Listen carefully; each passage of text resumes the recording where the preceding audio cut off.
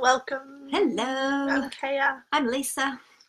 and we're speaking to busy working mothers in particular, who say that they don't have enough time, that time is never on their side, Mm. that it kind of feels like you're just getting through the day, and there's still more to do. There's never enough time. And by the way, we relate to that. Like we can, even now knowing what we know, we can catch ourselves saying, Yeah. I don't have enough time for this today, or, oh, there's not going to be enough time. Something else came up, there won't be enough time, and feeling that stress in your body around it. Yeah. So we wanted to talk to you about some ways to counteract that. Do you want to start with the background? Yeah. All right. Yeah, so this is little tweaks in your perception around time, and a couple of places where we've been influenced on this. One, you might have heard of it, I'm not sure, is Gay Hendricks in his book The Big Leap talks about a concept called Einstein time, which kind of sounds really intriguing. And it is sort of along the lines of, like, we actually, time is a lot more relative than we think it is, than we've been conditioned to think it is, in that whole Newtonian paradigm of it's out there and we have no control over it, and it's just the way it is, and it's static. Yeah, that we are controlled by time outside of ourselves, that it's this fixed thing, that a minute is this long and this is what can happen in a minute, and all of those pieces, right? We have a really concrete view of time as being a really fixed thing rather than something that is fluid. Which is pretty disempowering, and definitely affects our experience of, like, stress and busyness and all of that stuff that can just make busy days as a mother way too intense. So you have a lot more power over your time than you think. Absolutely, you do. And you can completely move out of time scarcity, that sense of I never have enough time, and move into feeling like you do have enough time and that you get to control your time, which is a much more empowering position to be in as well. And we want to give you some starting points on how to do that, how to alchemize this relationship with time so that it's working for you instead of against you. Yeah. So one part of that is shifting your perception around time and what time is. And another part is the relationship you have with the experience that you're engaging in, or the task that you're engaging in, which is bringing a bit more presence and spirituality and connection and mindfulness into what you're doing. So if we come back to the whole quantum physics piece and we get like out of the woo for a second, Kara and I like to live there, but we'll come out of it for a minute. And you want to talk about this. The brain actually gives you your perception of time. Like, I don't have any time. Time's moving so fast. My day's so busy, right? That is your mind feeding you that information. And so one of the aspects is it's really important to work with our minds and work with our brains in this instance. And your brain decides how fast your experience of time is based on how much information and details it's cataloging or not cataloging in the moment. And so if you're up in your head and really busy and not really paying attention to the space around you, to the world around you, you're not noticing details out there in the world because you're up here in your head going, oh, my to-do list, my to-do list, gotta move. And while you're doing a task, you're already thinking about the next task in your head, right? You're never really there. Then your brain isn't cataloging a lot of detail in those moments, okay? It's inside itself running around in a hamster wheel internally, but it's not focused outwards and cataloging moments of life, right? And in that situation, your brain isn't cataloging much and is therefore speeding up your perception of how fast time is moving. And I know sometimes it can be hard to get your head around this, but that actually speeds up time, because that's like what Gay Hendricks was talking about in Einstein time. You are the source of your time, And when we say you are the source of your time, it means you are the source of time because you're the one experiencing it. So when you are on the flip side, take the moment to notice your environment, be present on one activity at a time, and actually notice a few details in the moment, right? Tune in and notice a few things around you. Let your brain catalog the moment. Your experience of time slows down, right? So I like to do this because I notice myself often rushing when I'm running errands in the car, right? And so we're like, I'm late, I gotta move fast, damn, a red light. Oh God, I get all the red lights when I'm in a hurry, right? Like that sort of mindset. And so just take a moment there. Like I often take a moment there to become really present, to catalog what's around me in the world, what I'm noticing. I just allow it all to slow down. And it's true, your experience of time becomes more spacious when you're present and engaged in the environment around you, rather than lost in your head and your to-do list and your internal chatter. Yeah? So definitely give that a go. And to kind of sum up how you give that a go, there's just kind of two things to remember. One is to remember that you are the source of your time, and another is to remember to really be where you're at, be present, and really take in the experience. Yeah. This is really crucial for busy mothers. Our lives do not stop.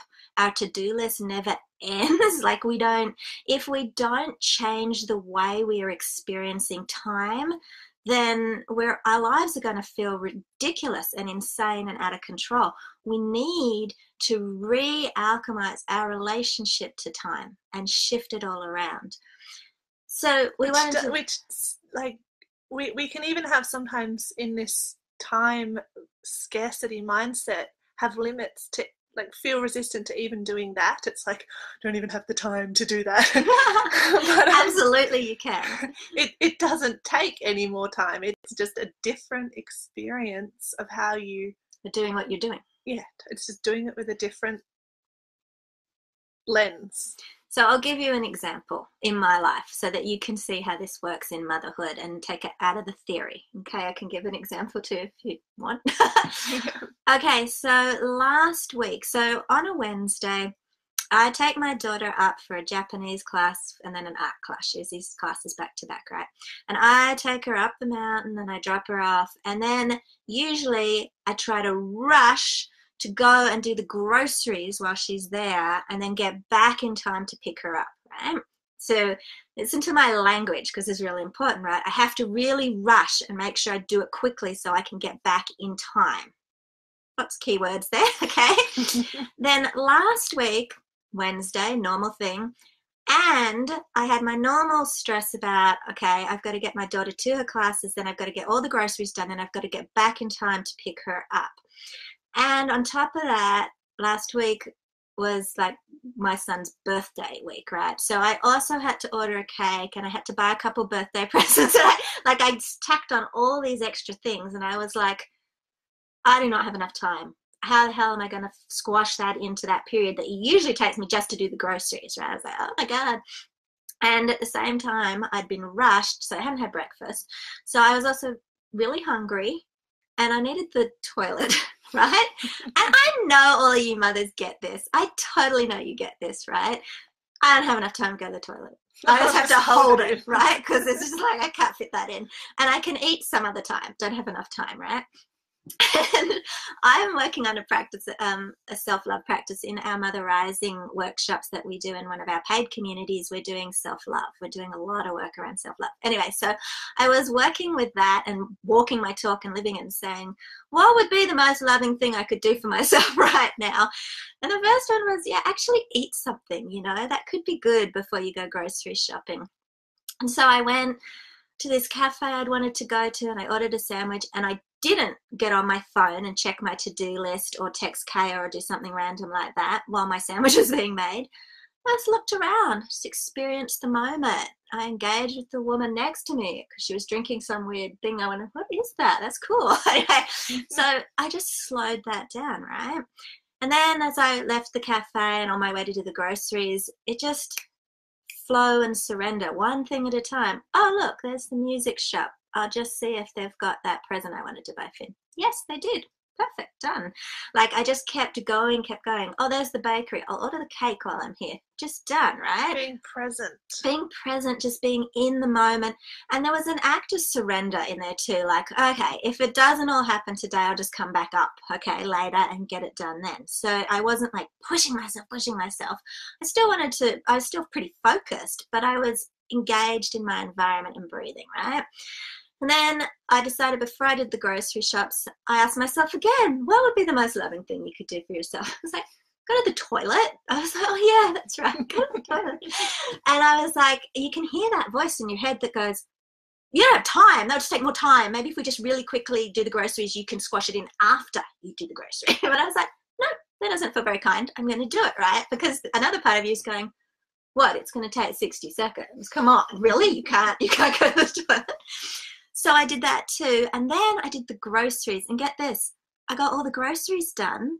I even got some stuff for Kaya and ran into her, briefly gave her stuff, went to pick up my daughter, and I was still 10 minutes early.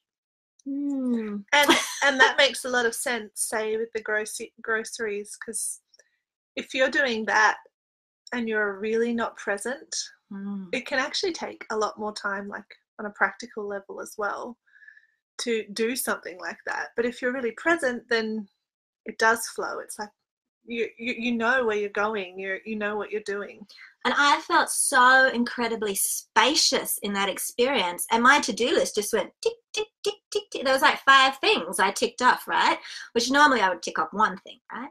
I felt so spacious the whole time I did it, okay? And that is because I was really present, and I surrendered and beat myself up about what I got to get done. And I was just cataloging the moment. I noticed the day. I noticed the people in my community around me. I noticed I was focused on what I was doing. I noticed what my body needed, right? All these things that were not in my head. And that experience of time shifted completely for me.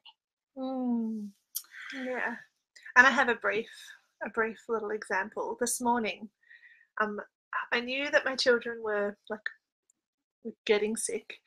This morning they woke up even more sick. and I felt this kind of tense panic come up a little bit of like, how do I then fit that into everything else? Like, now I have to look after sick children. That's more time than looking after not sick children. That's unexpected, that's inconvenient, all that stuff. And I took a deep breath and chose to be really present to the experience, because and tuning into why looking after my children was really important to me, had me tune into my core values, had me open my whole energy and my heart to the experience, which helps you get present. Come back to why something is important to you, rather than God, this is an inconvenience and it's throwing my day into chaos. Yeah.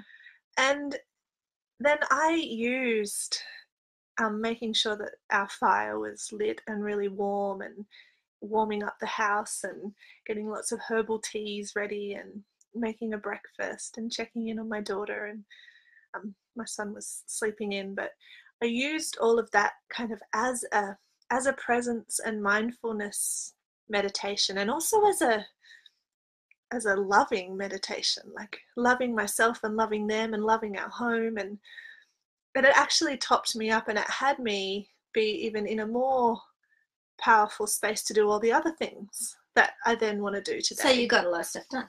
Totally. Yeah. So this is what we're saying. It sounds simple. It sounds like we're just telling you to change your thinking. We are telling you to change your thinking.